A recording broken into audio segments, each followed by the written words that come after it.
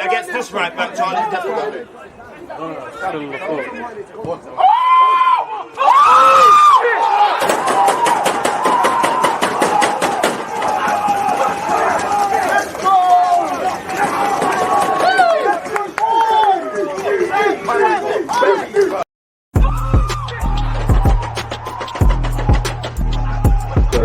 always use that active red light defenders. I think it's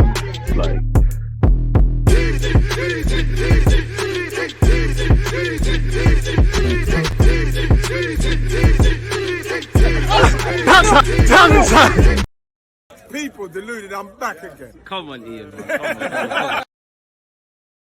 Oh, are we live? Oh, 1 second, folks. 1 second, 1 second. I don't know if this is the right mic, but let's see what's going on there. What's this over there? Let's get that cloth. Okay, cool. That's looking a bit better. Again, green screens on Mazza. What's that? My left-hand side. So we need to move this slightly over there. The sun's shining, so I think that's as good as we're going to have it today, people, aren't we? If you lot could still hear me. But yeah, obviously, let's start again. People, deluded, I'm back again. Thank you very much for tuning back in each and every time. If you are locked in, first things first, I hope you're doing well and safe. Hope you will start off your Monday morning, afternoon, evening, or night in the right way. Let's have a great week in terms of our goals, hopes, dreams, ambitions, and aspirations. This is the best week of the year. Obviously, Wednesday settings, you know, birthday week, birthday month, birthday lag, and that, you know, April the 13th, 27th birthday. That means I need 27 presents or 37 from you lot by my logic. Make sure you're there. You know, if Arsenal, if you're listening, I just want 3 points at St. Mary's, man, because you know, we were starved at the start of the season. Then you know, whether we was relying on young players outperforming their goal difference is another story. But it was a drug that I was happy to overdose on, and now I'm having withdrawal symptoms. Obviously, we got dealt with at Crystal Palace. We got dealt with at home to Brighton. We got bopped by Brighton. You know, and Brighton's admin team. Well, next season we're gonna have to spin the block because they're boying us. I can't lie on Twitter. They're boying us, but it is what it is, man. Such is Arsenal. The way Arsenal are going. The little clubs are trying to beef us and start problems with us, you know, Wolves, Villa, Brighton now, you know, they're all, there's a couple of other shit clubs as well, respectfully. If any of you ever want to employ the guy, don't hold that against me. It's nothing personal. It's just business. On a serious note, I hope everyone's doing well and safe. I hope everyone's first and foremost got their health. I hope everyone has a positive week, as I said. Now, I can't lie, I'm going to use this as we're going to be having an Arsenal therapy clinic on YouTube and Twitch after this, but the first thing we're going to talk about is I just will need to use you as therapy, people, because I feel my emotions were by my own standards, my emotions were very high after the Brighton game off the back of Palace. Not because we necessarily lost, not because of the top four, not because any of that. It's because you lot know me. The minimum I expect is turning up. If Brighton win, then obviously no one likes to lose, but I want to see a Brighton performance. They're going to have to work a lot harder to even draw at some games. We gave it to them. We didn't turn up. You know, yes, I think it was more so on the tactics against Brighton, as well as the players not turning up them Palace. But I think this week, you know, I think players have to go back to basics. The manager needs to go back to basics. We need to earn the hard graft. I'm seeing players not run where they used to. I'm seeing players not look over shoulders, players that think they've arrived. And we didn't turn up in both games. And I feel for the whole club, same way we've clawed back our season, you lot are throwing away all your hard work. When you look at this thing without emotion and that, obviously, we've still got a game in hand on Spurs. They've got 3 points. We're going to need to score a shitload of goals, win a lot of games, actually get 3 points, but we still have a chance. What doesn't concern me isn't mathematically or the possibilities, any of that, is how we are playing. You know, teams have dropped points. United, like us, have dropped points. West Ham dropped points. Once again, Spurs are laughing. That was us a few weeks ago. For me, the minimum is how we're playing and how we're turning up. And, you know, to say it's unacceptable is probably doing it too much of a justice, really. It's unacceptable in all aspects of the word. Like I said, the minimum. We did not turn up at Crystal Palace. Crystal Palace wanted it against us. They wanted it. They really wanted it, you know, from the start. So it was two very different games. I feel Brighton were happy to sit back and stuff, but it was almost the case of how teams used to beat Arsenal.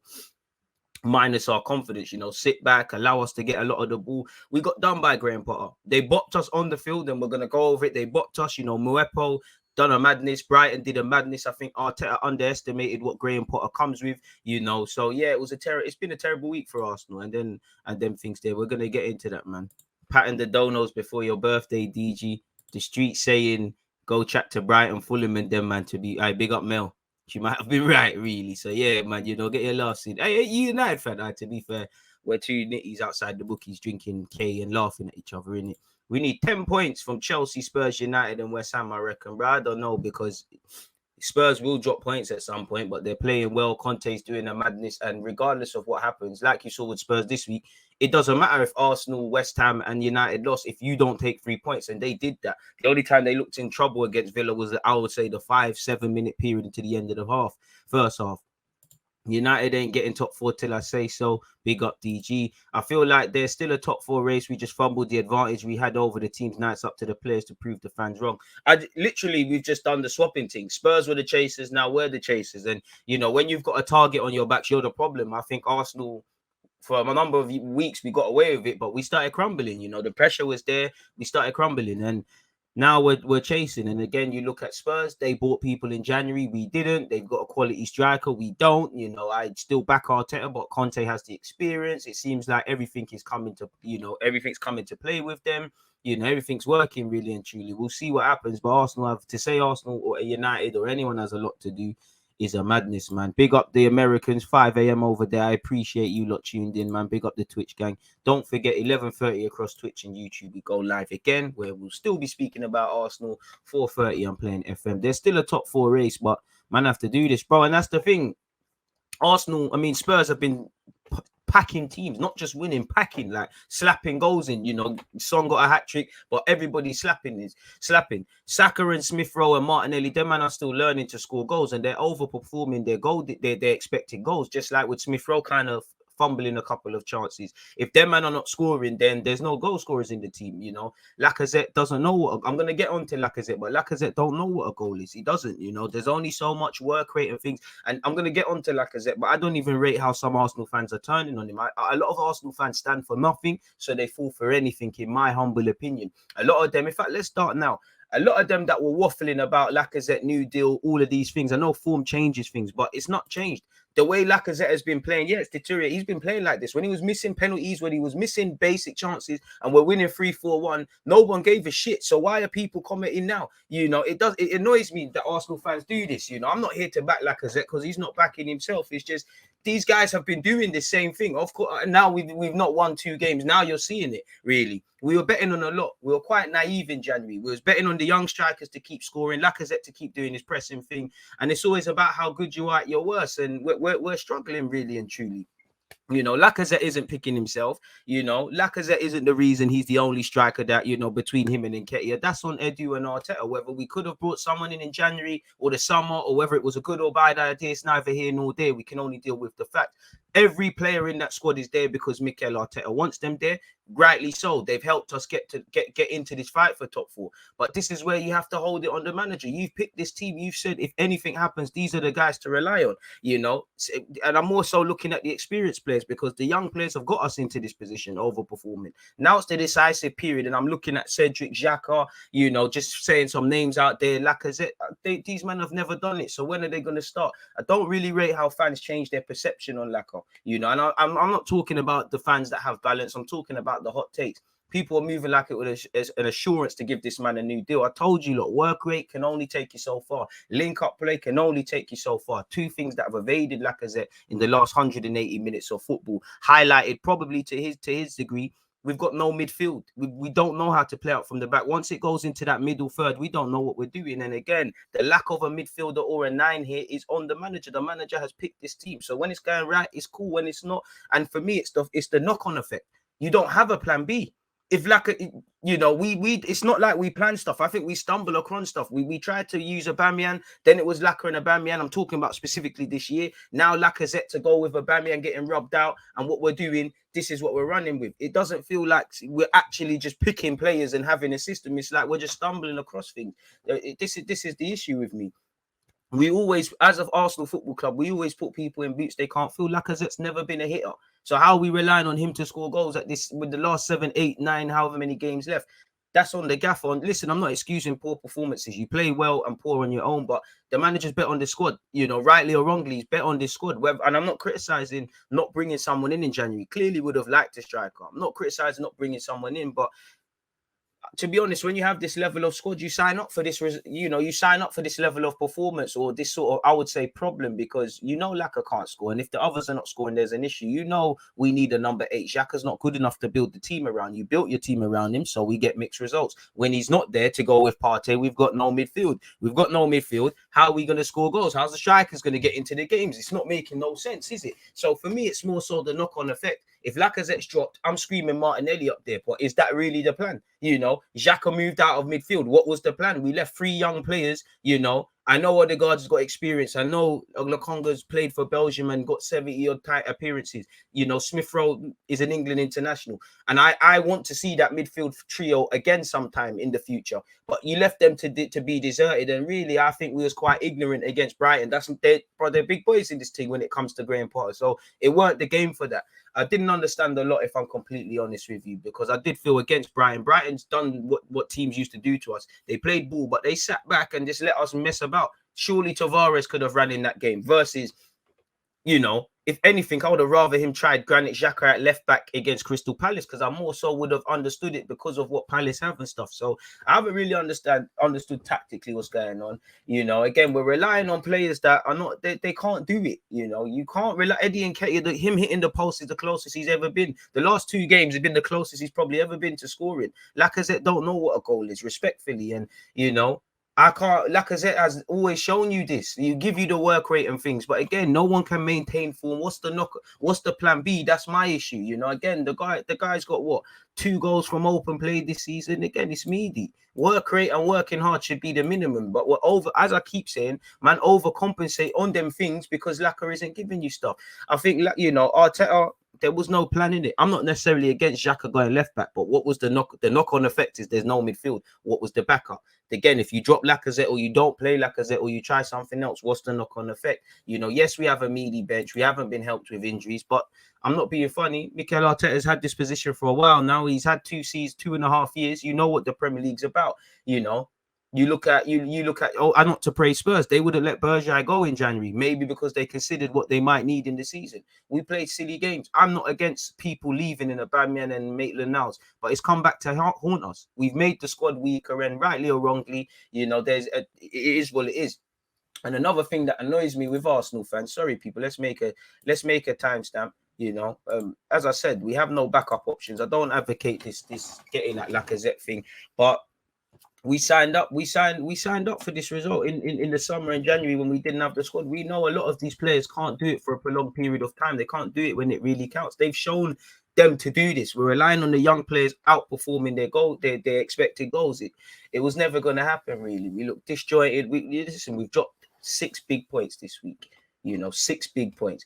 Again, and I think one thing I don't like is, again, to go back to Arsenal fans, before I get onto this game in a tactical thing, I think a lot of fans stand for nothing, so they fall for anything. I think there is a lack of just keeping it true. I think you're allowed to be as positive as negative as you want. I genuinely believe fans are allowed their opinions. I'm not talking about scapegoating, moving mad. I'm talking about, you can acknowledge things. I don't like how things flip-flop. I cannot lie to you. I don't like how people focus on one positive or one negative rather considering it all, Clearly at the start of the season, the goal should always be top 4. That's what Arsenal indirectly should be aiming for. But top 6, we would have taken it. Everyone would have, especially where we was when the season started. You would have taken in April just talking about top 4. That's where Arsenal have been. You would have taken that. And to a degree, that is a reason to kind of calm it down a bit, understand these young boys are overperforming. Next year we go again if it flops. But at the same time, we've got goalposts change, things change, targets change. When the opportunity is presented, you need to do it. And since this top 4 thing has become available, it would be disappointing not to be into it. The manager, the players, they've all spoken about it. If we bottle top 4, it's a failure from this point. If you cannot see it through to the end, how are you meant to go through in Europa League, in Champions League, by God's grace, in a few years subjectively, in a few years fight for the Premier League? You need to be able to do it. On many hands, I think Arteta should get a new contract regardless of what happens with top 4 because he'd still be on course. But on other hands, it might be worth withdrawing because one thing that annoys me about Arteta He experiments when it's probably not the best time. Villarreal semi-final, it's not the best time to do the false nine with someone who ain't played there. Granit Xhaka left back. I'm sure there was a method to the madness. If it worked, I'd be sitting here praising you, but it didn't. You know, we took a gamble and it didn't work. And for me, we named a strong attacking lineup, more or less. What did we do? So then it's not really making sense, is it? So we didn't commit to it. You've got Smith Rowe, Odegaard on the pitch. You know, you've got them attackers. We're clearly not going to be a great defensive side we can never be a great defensive side missing Tomiyasu and Tierney. So we might as well do this thing.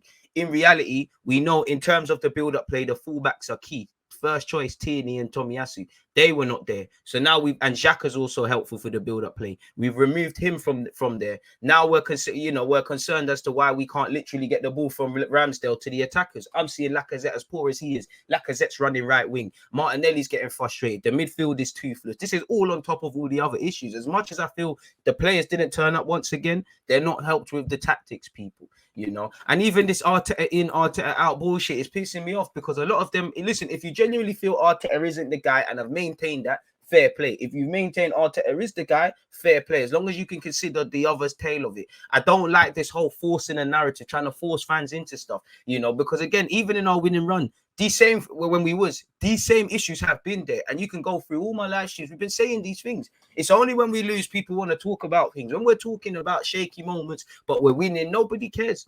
You know, it's quite jarring. It's quite jarring. All we can do is go again, but it's the flip-flops. When I look at people like Lacazette, at this point, you're not picking yourself, innit? And the thing is, there's nothing else really. And like I said, Arteta is changing things at the worst possible time. So I have to ask, is there any pressure? Yes, there's enforced changes with injuries, but you never had to move Xhaka out of that midfield. You know, you bought Tavares, and I get not playing Tavares. I've said that we need to get 3 points, but I can't back you when you're not playing Tavares and doing that. And in hindsight, what actually happened? It's not making any sense, is it? Really and truly, people.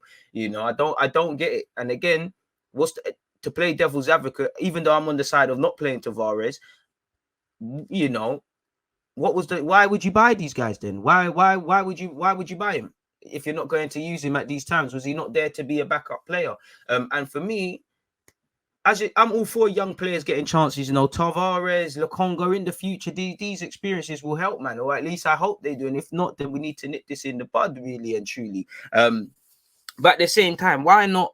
At this moment in the season, as I said, the young players have got us to this opportunity. You now need a certain level of experience from your consistency from your experienced players. Why not? El Nene might have stunk up the joint, but you know what you're going to get with El Nene, you know. Get El Nene into the midfield, you know. You could have went El Nene, Xhaka, Tavares. El Nene could have protected Tavares a bit, you know. And then obviously you've still got the Xhaka in midfield. Then you've got one of Smith Rowe, Odegaard, or whatever, and then you can keep going from there. So it's not really making sense. We're tinkering at the worst time, in my opinion. Now's not the time to try any of this BS. And we did, and you know, if it works, it works. It didn't really, and it's not an inexperienced thing anymore, man. Arteta's still a young manager, but you've been in the Prem now. You should know not to do that. And again, against Graham Potter, when they're playing free at the back, you know we're gonna be crippled. We had no steal or bite in midfield. It was quite jarring, man. Like, as much as I feel Brighton was on Arteta. The players didn't turn up. And I feel for Crystal Palace, the Crystal Palace game was on the players because they just look shit. But then again, I don't feel they were helped with Arteta's in-game tactics, you know. It weren't really making sense. And then you knew Arteta knew he flopped because he put Martinelli, who at the time looked like the only one that was going to... He eventually scored. He eventually scored, which was disallowed. But if you remember, in the first half, there was a little dribble where Lacazette's played it behind him and he's earned a corner. Martinelli looked like the only one that was going to score or that was going to do anything. So then you shift him left back. I don't disagree with it because you trying to get Xhaka back into midfield. But that tells me, pardon my language, you know already you fucked up. You knew you took a gamble and it didn't bang. So there's the issue in that, man. We need to just, this is the time of the season where, as I said, you might just need 5 out of 10s. And I'm looking at it. We look lost. Lokonga looked lost. Martin Odegaard's playing on the right-hand side of the midfield free. Smith Rowe looks lost. You know, Xhaka is flying forward. In fact, that's where the first goal kind of comes from, really and truly. And I can't blame him for that. I'm seeing Lacazette going left wing, right wing as well. Brazy, Brazy. You know, that Grimeland lady could probably beat Lacazette in a race. You know, so I could probably beat Lacazette in a race crawling on my knees. Pause. You know, really. I don't know why he's doing that, but then again, the attacking Martinelli's moving because they're frustrated. They're not getting onto the ball. Once again, in January and the summer, I think you sign up for these sort of games there, really. You know, I've been saying this even when we got our first 2 wins of the season because we don't have that number 8. The striker is one thing, but you build a house backwards. You know, I would like to simply look at my team and say, boom, we just need like how City to a different degree, but you could sit there and say, boom, City get a striker. Everything else is lit. Everything's not lit here. You know, we don't look like we know how even the pressing was disjointed. Everybody at this club, you need to go back to basics. Everybody connected needs to go back to basics because what I'm seeing is people assuming that we've achieved things. People are not earning the hard graphs. You know, second week in the game week. You know, the opposition are winning the first and second balls. You wouldn't know Brighton's the home team away side. They look like they were the home team. We never made it difficult for them, and they even looked a bit nervous the rare times we dared to go forward. It's crazy, man. It's crazy. It's you know, in the grand scheme of things, you know, the project reset and things, but we need 3 points today. And, you know, mistakes have to go on. Mistakes can't go unchecked, man. People need to really, this Monday morning, do some soul searching and get back on it, man. Because there's no Lacazette plays because there's nothing else. Like, what else is there? You go Martinelli, Smith Rowe. Not really that Lacazette did much in terms of hold-up play. I think yesterday we needed someone that, well, when I say yesterday, I mean Saturday. We needed someone that we could just pump the ball into because we had no build-up play. We're going long. Obviously, they're playing 3 at the back. Cucurella's playing as a centre-back. So that's almost 2 ganging up against Saka on top of kicking him. Saka's out the game. Martinelli can only be in it so much. Xhaka is not an out-and-out orthodox fullback. And to be fair, both of how the fullbacks are playing, it's going to harm them. We've got a disjointed midfield. So respectfully, how the fuck are we going to score goals? It's not making no sense what we're doing. Like, and again, this is the squad. This is what it is, but it's jarring. It's not making sense. Like, it's genuinely not making sense. And this is on top of the players just playing fucking shit. Like, people are not standing up to be counted. People are missing out on first and second balls. People are turning their backs. Tossart is scoring. People are walking. People got hands on their heads before the ball's even cracked into the net. They're cheating themselves. They're cheating themselves. And this is the issue, you know. Brighton got back to winning ways against us. They're going to go off and do good things. You know, Palace got their first win of the season. The only thing we did better against Brighton than Palace is we flipping scored. So at least their analytical team's got something. Just even the standard of how we've conceded these goals. All season we've been conceding cheap goals. You know. It is what it is. Bro, suck your mum, man. If I'm on Rewind, it is what it is, bro. You can fuck off and listen to other YouTubers or content creators. I can be on Rewind. I can say what I want. I haven't been here for 2 days in relation to Arsenal. If I want to say whatever I want, last time I checked, this isn't your channel. So furthermore, pardon me, suck your mum. I don't care what you love or not love. You can love my content to your blue in the face.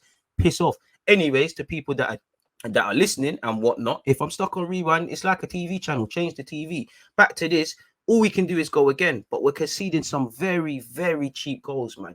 This is why some of you tried to fight me when I said we're not a good defensive side. We are an improved defensive side. We have improved slightly. You know, we're thinking a bit more in terms of keeping balls out the back of the net. There's a bit more resilience and things like that. But we're not all the way there yet. And again, some of it is clearly down to a young squad and things and bad habits. But some of it, we're just cheating ourselves. We're just cheating ourselves, if I'm completely honest with you. Lacazette's link-up player has been praised all season, yet Arsenal are 16th in the league for big chances created. What is he linking up? Bit harsh to expect the striker to be the creative genius, but again, I've said it before, I think Lacazette's creativity is overstated because we're overcompensating because he doesn't bring goals to the table, really and truly. And to be fair, again, the striker might have to create chances, and I hear what you're saying, but I more put that on our midfield because you need to create, bro. Like, in the same way, fundamentally, defenders have to defend, midfield have to do that. I don't care, bro. Don't bread me, please. I'm not one of the best on Twitch. Whether I am one of the best or not, I don't give a shit, man. One love to the Bermudans, but stop breading, man. Allow me, bro. You tried the thing. Now you don't like my reaction. You're breading. Stop breading, man. Like, come on. I'm not being nasty, bro. Football is nasty. You're chatting shit for no reason. Everybody else who didn't want to listen or listened or whatever has either muted me or fucked off. You know, you're telling me, don't tell me what I can't do and not do on my channel. I'm clearly not in a good mood discussing Arsenal. So yeah, I don't know you from nowhere, bro. Like, don't behave yourself, man. You know, but I came live, but you clicked on my account. Don't come here with that nonsense, man. Don't bread me as well. Hey, one love to all the fans. Don't bread me. Don't blow smoke up my ass. Like, hey, pause. But I don't read them thing there, but yeah, don't bread. Anyways, away from that, bro, stop reading, man. Stop reading, allow it. And if you think I'm done, bro, I said in this first period, it's my therapy session. You think I'll give a crap because VDC or whatever is chatting? Allow me, man.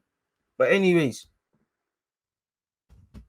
let's get into it. If you've got a disclaimer, if you've got an issue being here, you need to move in it, because now we're still going on with Arsenal. Before we carry on with the footy talks and things like that, no, it's not even that. Don't bread, man. Don't like you lot being bad. Don't bread. Don't try to stick it on man and then bread. I hate that sort of shit. Don't bread. Don't bread. No one likes a bum suck, man. Don't bread. Don't bread. Anyways, bro, the City game, man said City, Brighton, Arsenal, it was a shambles, people. If we look at it from a tactical point of view, I want to show you my Google Doc sheet first, so you lot kind of have a mental reference point, you know. If you had it, so you got a mental reference point for stuff. But yeah, looking at this quickly, people, this is where the first goals come from. It ends up over there, and I'm going to show you, but we're second best, really. And all game we wasn't, you know, Brighton had us in our own half. There you can see it. You know, Tossarts ended up scoring, people. But, bro, there's 1, 2, 3, 4. There's 4 shirts queuing. And this is a bit like when we conceded against Watford or in general. A number of times against Liverpool. We're not following runners. We're second best. Mwepo and Caicedo for their 2 goals. They're making runs off the ball. You know, that when Brighton, we underestimate Brighton. We know they're a technical side. They're very good tactically. They're very good technically. They got good players. Graham Potter's a bad boy manager. We know what they're about. When they bopped us for this, bro, again, the eventual goal scorer. If you remember, Welbeck made a run. If you not remember, Cucurella's played it to Tossart, and I believe that's Caicedo out of shot. They've played a little 1-2, and it's fallen to the edge of the area. But Mwepo twice has not been picked up. Lacazette and Martinelli this time. Before, it looked like Smith Rowe and to go with Xhaka out of play. And then you look at our build-up play. Again, kind of highlighting what I was talking about. Out of shot, but Xhaka's advanced forward. Gabriel's gone over there. Lokonga, because he's a bit insecure and scared as a baller, he's standing as a 6. Odegaard's playing on the right-hand side. You can't see Smith Rowe in shot, but you can kind of guess, to go with how narrow Cedric is, why we're not going to look like a team that is going to score a goal or ask a question against Brighton, especially when they're playing 3 at the back, people. Do you get it? As you can see, bro, like there's no receivers like that. Smith Rowe's there, Xhaka's there. They're playing a back 3, you know, again. And we had a disjointed press. Again, we're not pressing together. Again, it's still shots, but you get the point in it. We're pressing, Laka's pressed, and then Martinelli's joined, but it's disjointed. They beat the press. If it doesn't go into, I can't make out who that is, but there's about 3. You can see about 3 options in shot, and out of shot there was even more. I just thought that's a good reference point. Moving away from that, let's look at the first goal. Again, as I said, Mwepo, who nutmegged Smith Rowe and violated us and whatnot, he was making that run all game. The first goal, like I said, I showed you the first Saka screenshot. That's basically the start, right? It's gone over to this hand side. We forced him backwards. Dunker's being pressed, and Dunker's a bit like against Palace, you know, when Anderson pulled it down there. You know, Dunker sprayed it into the left-hand channel. Mwepo's made that run. Smith Rowe, it's not just Smith Rowe, the whole team, nobody has smelt that, you know. He's made that run. Simple as that. Xhaka's out of position. He's exploited that. And then you've all saw what's to come. Again, what annoyed me is there's about 4 blue shirts queuing up. Everyone's queuing up. Again, not to scale, people, but you get the point in it. Let's move these back. Not to scale, but there's a gang of shirts. Obviously, it's fallen to Tossart. Tossart slapped it in, bro. It's good football from them. We're sleeping. Again, you've got to earn the hard graft. So that's the first goal, which was silly to concede. The second one, as I said, we're getting bopped once again, not following runners. Fantastic, but a gazillion 1-2s from them. We're not looking over the shoulders. And then obviously Mwepo lengths it from outside the area. So goal of the season contender from Brighton in terms of well-worked goals. If we scored that, let's not cap. We're getting behind the scenes access. I'm being shameless and talking about it week in, week out on YouTube and Twitch. Big up you lot. Don't forget, we go live at 11:30. They bopped us. You know, Caicedo made his first start. It all came from a Cucurella throw-in. And in terms of getting your head in check, Cedric, who I don't know why you're taking set pieces, but Cedric's confirmed. He's not alone. I'm not just blaming Cedric, but just to try and see where our head's at in the game. The ball's gone out for a throw-in. Cedric is more concerned with shouting at the referee and whatnot than switching on. We've switched off. So we're playing silly games and winning silly prizes, really. The build-up players, you could say, it's not making sense, people. You know, I'm seeing Lacazette peel over here because he's out the game anyways. You know, Smith Rowe and Martinelli are trying to make their runs. It's not happening. Xhaka is there. Gabriel's pulling out wide. You know, Lokonga standing where the two, that's him in it. Lokonga standing there. Smith Rowe's there, Odegaard's on the right-hand side. Cedric can't pour forward too much because Xhaka is playing in that role. Saka's on the halfway line. Well, we're playing against a back three, you know, Basuma and all of them in the midfield did their job. Brighton did their job, man. I'm seeing Tossart, Muepo switch positions. I think the way he deployed Cucurella, their midfield had our numbers. You know, they won their first and second balls. They kind of broke our team down into sub-teams, especially the middle and final third. I think they really suffocated our team just based on how we played. So we were done. So I think Arteta, as much as the players were poor, I think Arteta's underestimated Graham Potter tactically. I think he's needed to make a change at left back. You know, I understand why in theory Xhaka's playing more experience, but it's more the knock-on effect. I think we really should have gone with El Nene, Xhaka, and one of Smith Rowe or Odegaard within the middle people. And if any, one on the Smith Rowe probably would have held bench because I would have said Martinelli needs to play. Saka's there. Lacazette, I probably would have started. Bro, they ripped us. Brighton's admin adding salt to our wounds as well. Hope they get relegated, but I'm only saying that because I'm sour. That was just a play thing. So yeah, it was a madness, people. And in fact, I think I've got more things for you. You know, you can see here, you know, again, I don't know if this makes sense and this is in shot, but you can, bro, Lacazette is right wing, man, I'm frustrated. And again, Lacazette is harming us because you're not offering nothing to the front three, back three anyways. Brighton are a good team. If they have, on the best of days, man, no against Lacazette, like you saw with Crystal Palace, he's not the quickest. So in a foot race, we can get him. Fullbacks go forward, or whoever's playing there go forward. And maybe Graham Potter knew that with who he deployed as the wing backs in theory, who were more so attackers. And I don't blame Lacazette for being frustrated because again, we don't need you as the 9. We need a proper 9, but on midfield, we ain't got a midfield. As I said, Odegaard, Smith Rowe, and Lokonga. I want to see a thing like that in the years to come because I think there's, as I said, I would like to see 2 6s, 3 6s, 2 8s, you know, 2 number 10s and an 8, you know, different games, different trios and pivots and stuff. But, you know, right now they were set up to fail. They're all out of their depth. You know, they're all not at the best in their own game. They've all been moved positions. So how are they going to work collectively? Again, not to scale, but this is basically Martinelli's come all the way from the left wing and started doing dribbling over here. So we were kind of playing into their hands, really, which was dead. And I would say for Arteta, the questions I would genuinely love to know, why is Cedric taking all these set pieces? You know, Martinelli left back, I understand it, but I don't because he's our more attacking threat. Again, a bit like Palace, when Martinelli and Saka look threatening on either flanks, even when we're chasing the game, you've swapped them, which I didn't understand. Why take chances at this point in the season? You know, Xhaka left back killed us, not because Xhaka's playing left back, it's because our midfield don't tick without him. And we've got no Thomas Partey. So it's a gamble that didn't risk. You know, I like that Arteta is trying it. And like I said, in the future, the players, there's different things they can do. But, you know, these players are still understanding their own jobs. So how can they collectively understand a new one? You know, are we overestimating our intelligence isn't the right word, but the level of intelligence with our players, that they're not ready to be doing all of these intricacies and stuff. We might have to, you know, they're not ready for this. City can do all of these things, but we can't. I can't lie, Arteta, anytime you buck a half decent tactician, you kind of struggle. You know, again, going more back to January, we knew this was a case and it was working for time until it's not. It was naivety when looking at our squad depth. And if I'm here, Arteta, you've been here for 2-3 years. I'm not against anybody that left in the January window, but it's the knock-on effect. And if you can't bring people in, you can't bring people in. But this is the territory you walk in, and this is the criticism that man have to accept, people. There's no plan B for Xhaka moving out of midfield. I don't think there's a plan B if Lacazette, unfortunately, touch wood, gets injured or the form continues. I don't think there's a plan B to try anything else. As I said, we're tinkering at the wrong time. We're further unbalancing the team to plug holes, and instead of plugging a gap, we're creating more. In my opinion, that's where I'm at with Mikel Arteta. For the players, you talk about bounce back. You didn't want to bounce back against Brighton because, like, you know, has Arsenal even played for the last 2 games? I don't know. I wouldn't know because none of you turned up. None of you lot's kits are dirty.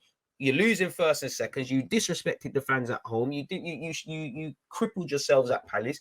It was a terrible week. You know, we hold our L. We accept it this week against St. Mary's against Southampton. You have to go again. Southampton are not going to be that side that just conceded 6 shambolic goals against Chelsea. They're going to look at Arsenal like how Palace and Brighton did as, bro, we can get 3 points. Both them previous teams got 4 points off us. Crazy.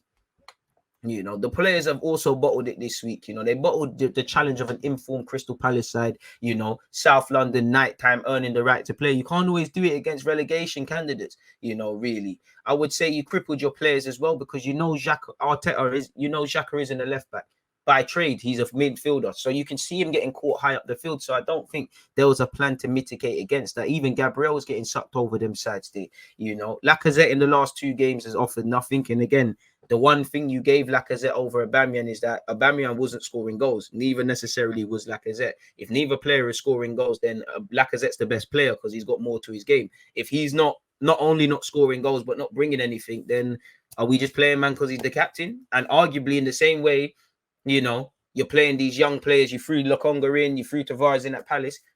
Lacazette's not going to be here next season. And if there is no pressure, you might as well just go with Martinelli through the middle or whatever.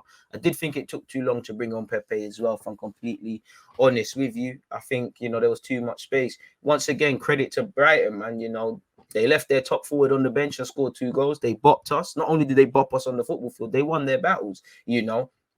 Watching the game again, Pascal Gross, Tossart, Mwepo, Dunk, even at centre-back. It was interesting. Basuma, Calcedo. It was interesting seeing the little bits and pieces Graham Potter was demanding of his team. They remained patient. They sat back. They exploited the gaps they could, and they look like they are more experienced side than us. But I have to say that they played through the gaps that we created in the midfield, etc. As you saw for the first goal, really.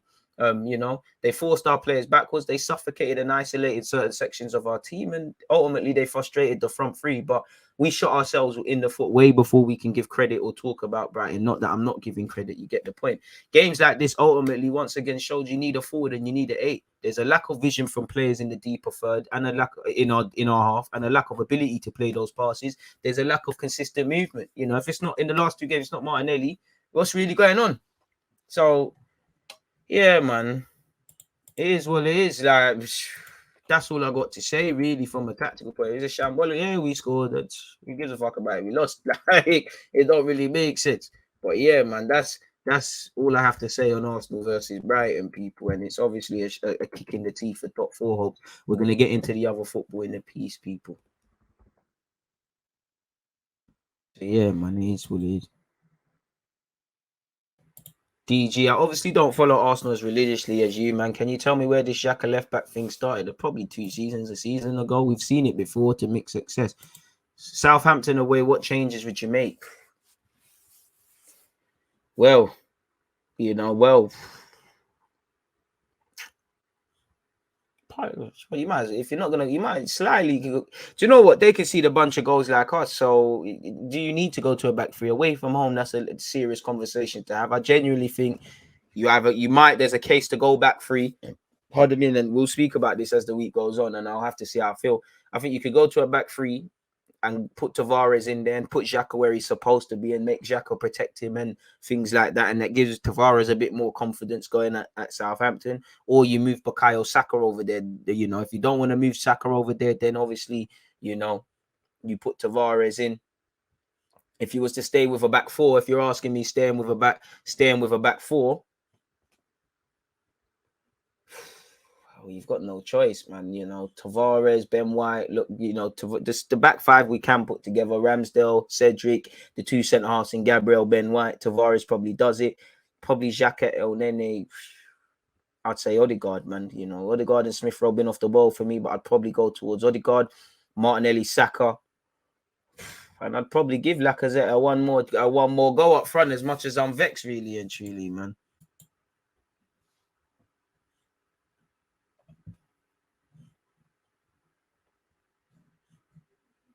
Crazy, man.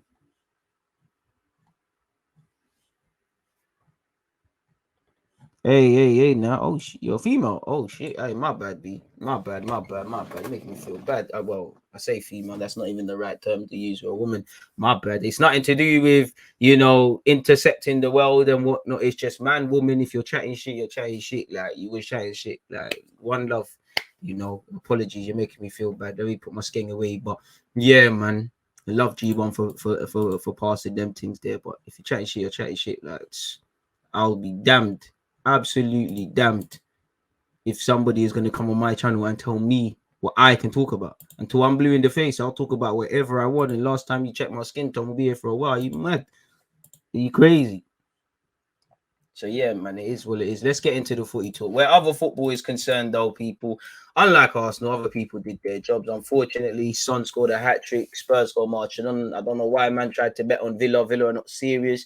Anytime you're deploying Konza, Mings, Cash, there's just shit guys all over the field. It's a myth, you know. Again, Gerrard spends more time talking about Saka than he does his team, and we're both deserted on 3 points. The only time Villa looked like they might half do something is in towards the end of the first half, where obviously Loris had a bit of saves to make, Romero put in the shift, but other than that, Kane, Son, Kulusevski and Cole just doing the absolute Mazda, really. What more is there to say on that? I think we all, you know, Spurs won 4-0, if I can remember correctly. Manchester City 2, Liverpool 2. Now, Liverpool, I feel, are quite lucky Thiago didn't get a second yellow and Fabinho wasn't sent off.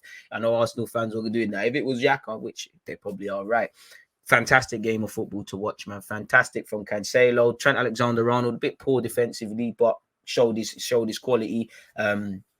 You know, quality from the fullback regions, quality in midfield. I did think first half, Thiago and Trent were stifled from a City perspective on Liverpool, so Liverpool couldn't get out their half. It was a great game of football. I feel Liverpool probably be the happier because, you know, City should have been 4-2 at half time to City, in my opinion. You know, City should have scored a lot of chances. They cut them open from wide areas. You know, Liverpool, unfortunately, uncharacteristically, when trying to play out from the back, were getting caught. It was a really good game of football, really interesting one. You know, Raheem Sterling scored and it was offside, but he should have scored long before that. Gab Jesus scored and then thought he could score again and again. His decision-making, I feel, cost City 3 points because he's trying to go for goal when he just needs to square it. Kevin De Bruyne had a fantastic game. You know, Thiago was fantastic in patches as well. Trent going forward, you know, and not just these players, you know, everybody all over the field, you know, Edison with the nervy moment thing, you know, it was quality all over the field. I think Matic was kind of run ragged. I just think City were really good in wide areas coming from out to win. Like, it was a really good game to watch, man. Both teams had chances. I'd say Gab has just justified his start. I did think Liverpool had a bit of a culture shock. I guess the Liverpool players aren't too used to having to sit back and things, and it probably, you know, it's a long time. You know, Van Dijk probably ain't had to be in a game like that since he was at Southampton. But I think it kind of put things back into perspective. I feel the City's pressing was relentless, man.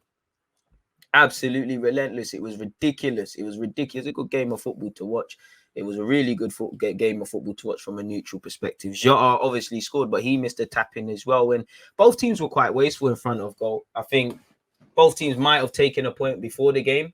I think if I was a Liverpool fan, I'd be happier because I feel City were a better team and Liverpool can play 10 times better than that. But they live to fight another day. It's still a very interesting race as to who wins that title, people. Really and truly, it's quite brazy, if I'm completely honest with you, man. Salah done F4, but he did get an assist. Robertson was good. Brazy, man. But Jose Enrique being a bit of a prick, man. Remind me to go over that. Robertson was good. I think Robertson was stuck in the trench. I think as soon as Robertson got a yellow card, he clicked into gear. I'm seeing Liverpool players shout at each other. It was uncharacteristic like Liverpool. I don't know what they thought was happening, man. You know, obviously, I felt sorry for Mane because on occasion, Mane was the one making that run. Like, you see the goal Liverpool scored instantly in the second half. That was the only run on in the first half, and it wasn't being hit. City shot themselves in the foot, and that's where City did look weak. They did look weak on that high line on occasion. You know, it is what it is in that regards, man. Look at the game, City versus Liverpool, then watch us against Brighton. Fuck that. Fuck that. Liverpool were more clinical. Facts. In fact, I don't know, because I don't know really, because Liverpool could have scored about 4 of their own. I don't think either team was. I would say City were a lot better defensively than Liverpool, and especially when playing out from the back. I think Laporte and Stones had good games, but I think they missed Ruben Diaz because it just looked like them man could always be got at. Like, if Jota scores that goal where I think, I don't even remember who lost the ball, but someone lost the ball and Jota's missed the tap-in, really and truly. You know, if they goals change games, and these games would have, man, really. I can't lie. When Diaz came on, I think he was ineffective. I think Salah stunk up the place. He got an assist, but Salah's really stinking up the place. I think Klopp, in hindsight, if Klopp could go again, maybe he would have been a bit, not braver in midfield, but obviously, you know, Fabinho, Henderson, and obviously Thiago is not the most expansive. I feel if he could go again, he might have played a Keita.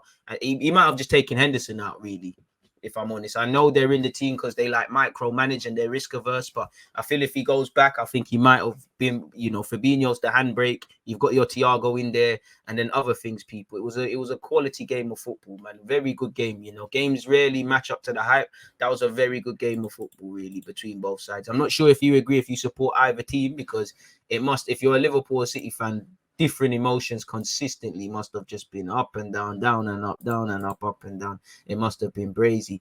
I cut the track off topic, people. Voltage, I appreciate you for resubscribing and also gifting subs, man. One love for that, man. Don't watch DG. The social media derby coming up will show City Liverpool levels. Jota was driving, man, mad, lost the ball over and over again. Horrible football. And this is why I can see why. Obviously, I'd say he justified his start. He scored in that, but I can see why Klopp might be frustrated with him, and it seems like he's always the one to get hooked. I did feel Firmino maybe could have come on sooner, because Firmino's game is about dropping into midfield and evening up the sort of score, the scores in midfield like that. So it was quite crazy, man. It was a good game to watch, man. Like how both teams were clinical, both teams were missing chances, both teams could have won and lost, both teams could have scored a lot more and conceded a lot more. Quite crazy, man. Really and truly. Again, Brentford beat West Ham 2-0. Ivan Toney goal and an assist. West Ham looked very toothless in that game. Bring Ivan Toney to the carpet is what I would say. As I said again, Aston Villa lost 4-0. Steven Gerrard, shut your mouth. Everton won, Manchester United 0. That was a crazy game because Everton scored it and it was like it was all United, but United is the same mode. Shout out to Gordon for getting 3 points for his team. It's deflected off Maguire, which again, I think it's a bit harsh. Yeah, City did dominate. City did. It's not slice. City dominated, but it is what it is. So yeah, United, it was just shambolic. It's the same old, really, with United. What more can you say? United fans, you probably get what I'm referring to. It's the same old with Man United. And if you're United, seeing what happened seeing Spurs win, seeing West Ham lose and Arsenal lose, you shot yourselves in the foot once again. Everton, I can't lie, United fans that I speak to, they were saying, I'm not even confident about the Everton game. Not because I think Everton are good, it's just United are going to fuck up the base, pardon my language. And they did, innit? So it's silly, innit? Everton have taken 6 points off Arsenal and United at home. Crazy, man. And that's a big 3 points for Frank Lampard's team. Leeds, I can't lie, you've got to give Jesse March his credit where due. He's got Leeds fighting and roaring back and really solidifying themselves. Shout out to Sam Greenwood, Rafinha, Harrison, Rodrigo, they were loving it yesterday. It's crazy. Leicester, Crystal Palace look like they're still partying from Monday. Zaha missed a penalty. They did score, but they lost 2-1. You've got to give Dewsbury all his credit. It was a good assist for Lookman, and it was an even better goal for himself. I thought he overran the effort, really. So, yeah, man, it is what it is. I don't know if I mentioned it, but Trent, that was a great run from Gab Jesus for the goal, to be fair. And he made that run consistently from out to in of the arm of Trent, basically. You obviously had Chelsea winning 6-0 against Southampton. Chelsea battered them, simple as, Salezu, Ward-Prowse, 2 massive errors, the whole team. Like, some of the goals were Sunday League, like, Foster is saving chances and it's being put in. Werner is looking like a prime Muller. Mount's doing his thing. They're just doing what they're doing, really. They're just doing what they're doing. If I'm completely honest with you, like it was, and obviously on the Friday you had Wolves and Newcastle. Newcastle won that game, big 3 points for Newcastle. So yeah, that's where the Premier League is concerned, people. Obviously, you've got Champions League. We'll be covering that tomorrow. What are you lot saying? Interesting facts. Liverpool 45% possession and only 1 less shot on target. Again, both teams were quite clinical quite wasteful and not clinical with the chances they had. Listen, losing to Lampard, especially at the moment, an all-time low for that club. I've been around 40 plus. I know, but that's an all-time low, bro. United are in a mad territory. Hendo did nothing. Keita again in the Benfica game, far more effective at working the space. He's been balling. The way Arsenal is constantly pressing that self-destruct button lately, I'm beginning to think top 6 could be in doubt. Crazy, man. Crazy. How the F did we lose to Frank Lampard's Everton team is dead. Ralph Rangnick about to inject that. But to be fair, Eric Ten Hag's there, man. Obviously, Ronaldo slapping phones out of people's hands. And, I think the mother of the kid is selling it to the papers instantly. And I mean, talking to certain papers, you know, you're a scumbag. Man United are set to trigger Erik ten Hag's release clause. It's been suggested behind the scenes at United that an announcement will be made as early as next week in the aftermath of Ajax's KNVB Cup final against PSV. Yeah, that's nice to see United being quite respectful to Ajax. Obviously, he's joining you lot, but he's got a season to finish in it, really.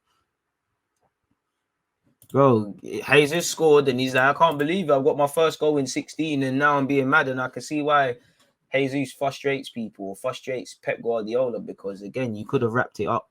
You know, they're not just him. A lot of players could have finished, but didn't have their shooting boots on. Should we look at what's being said in the world of football, people? Why is my screen not sharing? Big up you lot tuned in. FA and police to investigate after Cristiano Ronaldo phone incident. And I'm not going to lie, I don't like the way Jose Enrique...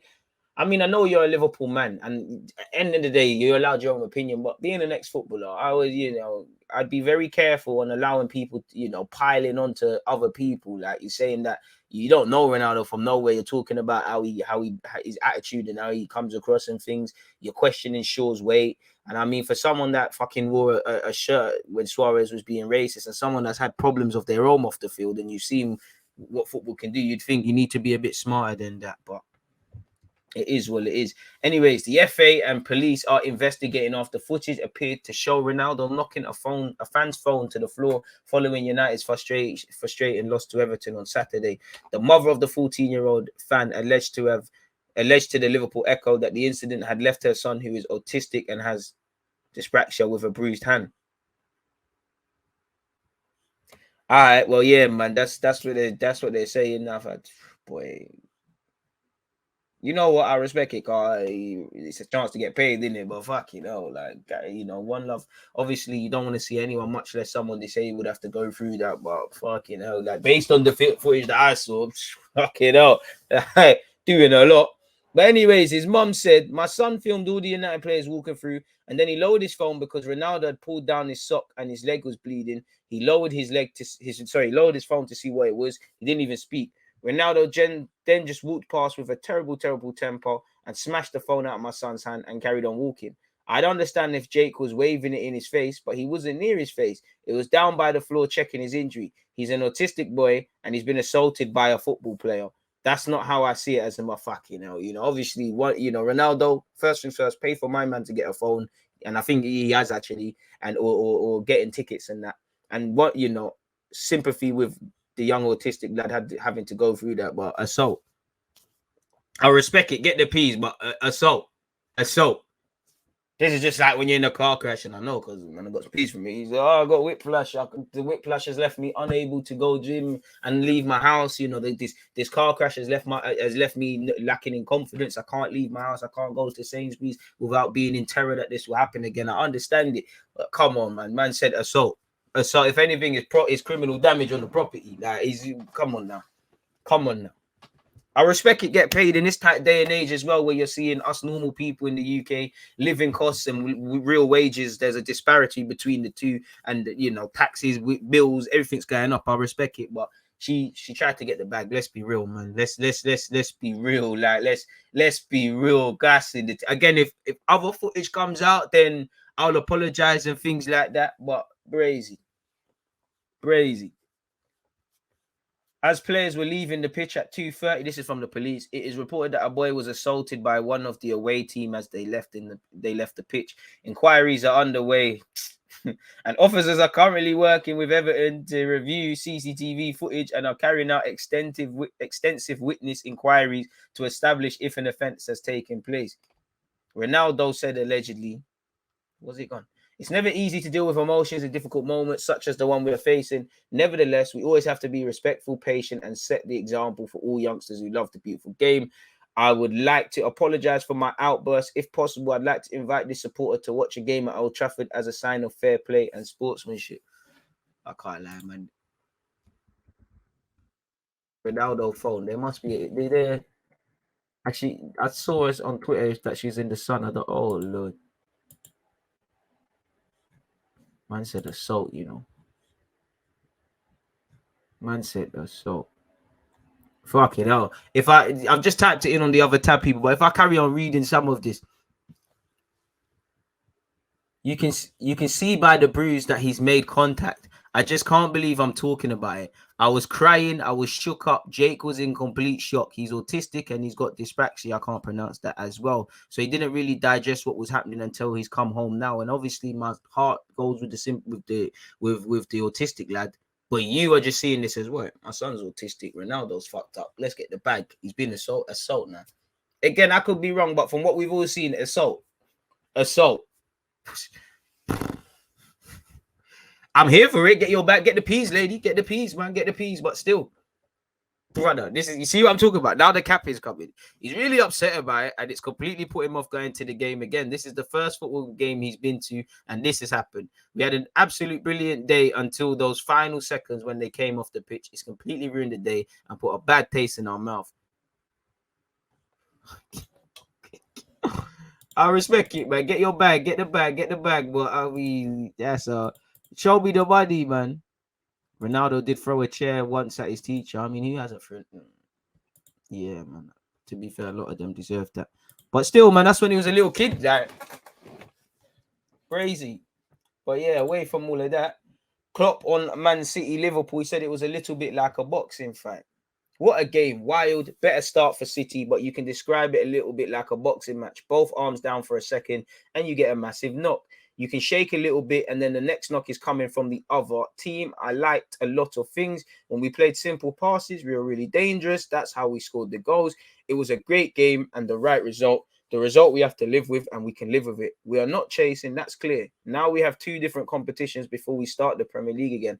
Obviously, midweek, Liverpool will be playing Benfica in the second leg of the Champs, and they meet Man City again on Saturday in the FA Cup, and then see who has the better finish. And what a game it was from Kevin De Bruyne. Pep warns his players they must win the last 7 games to win the title. 7 games left. We have to win all of them or it'll be over. We are going to play for that. It was a good advert for the Premier League all around the world. I had the feeling that we let them alive, but Liverpool's a joy to watch. I know their threats up front and how difficult they are. We performed really well, and I'm so incredibly proud of my team. But we knew before the game, win, lose, or draw, the title race was not over, people. So, yeah, man, they're about to play each other again on Saturday. Probably not going to quite be the same game. First bit of bad news for Spurs, just when I guess Matt Doherty was starting to look like a decent player and not just an Arsenal fan in disguise. Doherty's been ruled out for the season with a knee injury, people. He got that just 21 minutes into the Aston Villa game. It will keep him out for 12 weeks. He's gone in it, so extended running the side for Emerson Royal potentially. And when you start looking at other things, you know, good news if you're a PSG fan, Chelsea fan, or Manchester United fan, it looks like Darwin Núñez could be heading to a club near you. Bitter pill to swallow for Arsenal fans, though. So yeah, man, this is just Ornstein's stuff where he's talking about everything. So let's see exactly what he said, people, from the start. Just wanted to see how long it was. From the very start, Erik ten Hag has emerged as United's preferred candidate, and negotiations are progressing as they continue to find an agreement that would bring the 52-year-old to Old Trafford. United are waiting on ten Hag's decision, and although he is thought to be considering other options, including a fresh deal at Ajax, that's probably just gamesmanship. The Premier Man United, when they call you, the rest, you know, I'm not here to blow smoke up United, but regardless of where United are at, you know, if you're a certain age, and he's 52, so he's older than me. I'm saying this at 26, 27 on Wednesday. Make sure you get me 27 presents. Man United's a club, when they're calling you, listen, and very rarely do you say no. So I think he's capping a lot. Unless you got some mad offer with, I don't know what might happen at, I don't know, Carlo at Real Madrid or PSG with Poch. Unless you got some, he was linked with Leipzig yesterday. Unless you got something else lined up, I don't think he's staying at Ajax for what it's worth, but he's going United. It's probably just gamesmanship. The Premier League club remains his most likely destination. That decision, the Athletic understands, is now close to being made. And should Ten Hag choose United, then dialogue can accelerate over a contract which would need to satisfy his expectations. The Dutchman would want a range of assurances on areas such as his role, responsibilities, and authority stated clearly in terms before formally accepting the position that may take time. And that's facts. I would as well, because, yeah, he's a great manager, United, massive, big club. But once you get through the door and you sit down in your office, how the task is already hard from a footballing point of view to get United playing a certain DNA, to get them being competitive. He can't do that alone. If he's telling you I need apples and you're bringing man oranges, he's not going to be able to make apple juice, is he? So I understand it. And I said the same. It's a bit like for all or whatever with Arteta off the field. If Arteta wants to be a winner or not, do we necessarily know those above him? Do you know those are the structures in place at Man United for this guy to thrive? Because it comes down to recruitment. You all need to sing from the same hymn sheet. It needs to get to that. It's not just what United have been doing is signing a manager or signing some players and it's all going to work out. And I understand that if that's the red tape and whatnot, I understand it. So yeah, he wants a range of assurances. So yeah, man, understand it. Apparently, additional talks would be required. Obviously, there's red tape around release clauses, as G1 said about us. A decision could be made after this final, people. So yeah, I would say maybe once Ajax's season becomes a bit more clearer and I's are dotted and T's are crossed, they keep it moving. Apparently, Chelsea bidders want Marina to stay, and as you should be. That woman is amazing at what she does, really and truly. So it would make sense. If you lose her, then I don't know who you can bring in that's 30 like that, but it makes sense. I'm not going to read over that, but it makes sense why they would want to keep her. You want the best people in place, and she's shown it with how she's negotiated people coming into that club, going out of that club, and renegotiated contracts. Not so much this one, but yeah. Chelsea, United, and PSG lead Darwin Núñez pursuit. Now, Arsenal fans, that doesn't mean we're not in it, but them man lead it, innit? And to be fair, United, he can get money. Ten Hag's got things going on. If that happens, PSG is PSG. Chelsea, and he's got a bag of South American man. Chelsea, like Arsenal, can offer him the London thing. They're going to be in the Champions League. Thomas Tuchel has been there, done it. They need a striker. It all depends what they do with Lukaku, I guess. And if you're bro, I wonder what you're thinking on your future. So yeah, we all know he's got 31 goals in 36 appearances. Obviously even Cavani could give a fact-finding mission to United, and he'd be a good signing for all these clubs. The Athletic has established that while many clubs have been credited with an interest, at this point, the three front runners for his signature are regarded as Manchester United, Chelsea, and PSG.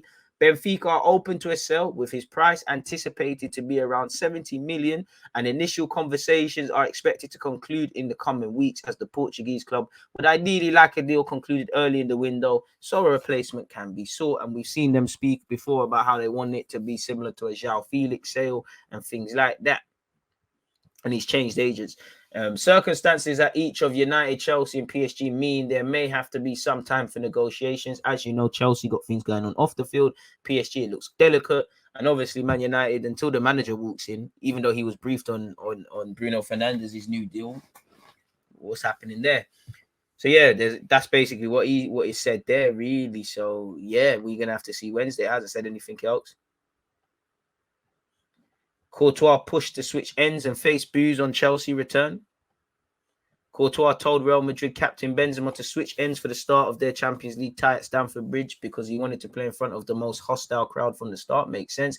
He knew he was going to get a bad reception because of the manner in which he left in 2018. Chelsea fans would have to tell me about that. But yeah, he had the last laugh. Out of contract, Welbeck likely to stay at Brighton. Happy to see that. Hopefully he gets a new deal. To be fair with you, would he be the worst option off the left wing for Arsenal right now like we used to do? Call to take grassroots referees out of FA's control after collapsing standards. This Donny believes the only way to fix English football referees crisis is to transfer responsibility for grassroots referees from the Footballing Association to a body that oversees refereeing. I mean, refereeing at all levels is fucking pony in this country, man. And shout out to Carvalho's former club, Ballon FC. They'll get, following his move to Liverpool, they'll get some change, which for grassroots clubs, that will help them a lot and help them doing what they're doing. But it's a bit of a slow news day from David Ornstein. There isn't too much groundbreaking there.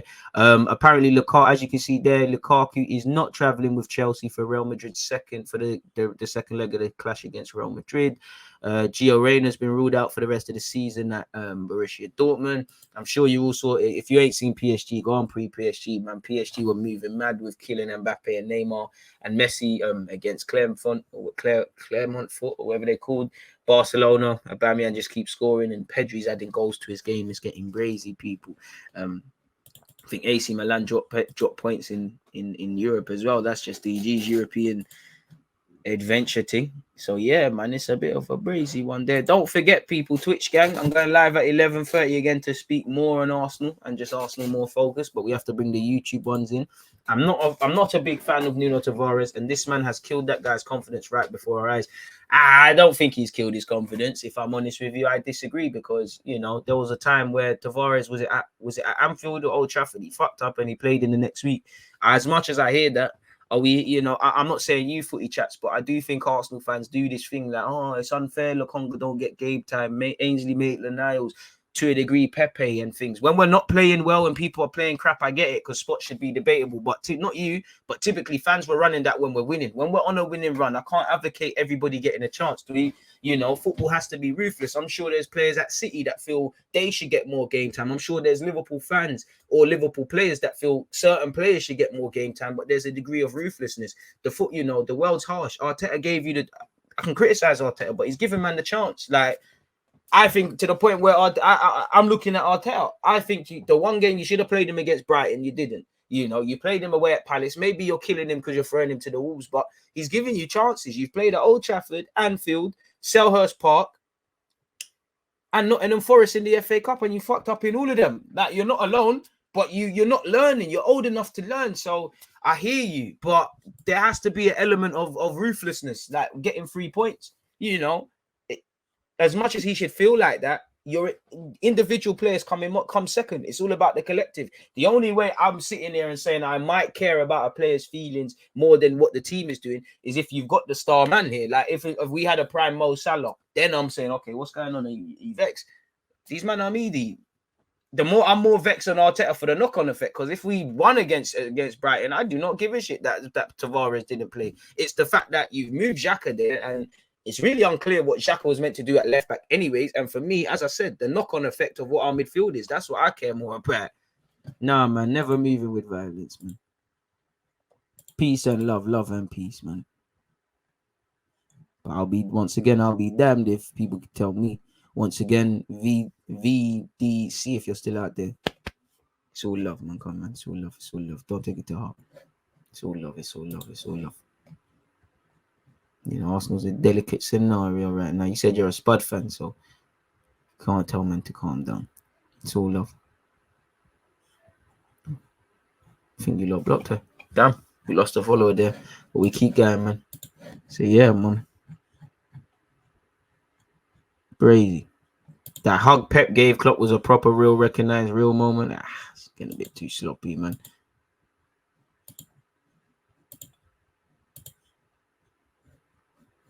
Hardly a Cantona Kung Fu kick. She's trying to get the peas, man.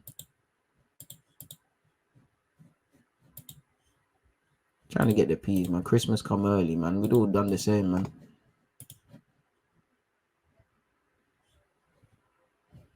Shout out to Saka on the GQ cover and interview, but I never saw his interview. To be fair, shout out Saka for that, but I don't care what you did for us. I like to see the brothers getting the bag, them, but bro, man, just want to know about what Arsenal's on, bro. Like, he named Busquets as the best player he's faced, and he talked about emotional resilience. I'm sure he said some interesting things in it. Bro, they got Saka wearing the Dominic Calvert-Lewin drip. Don't forget the roots, Saka. Yo, I'm going for the shoes, them. He's calm though, man. He's calm. Getting the bag. I mean, I'll read it.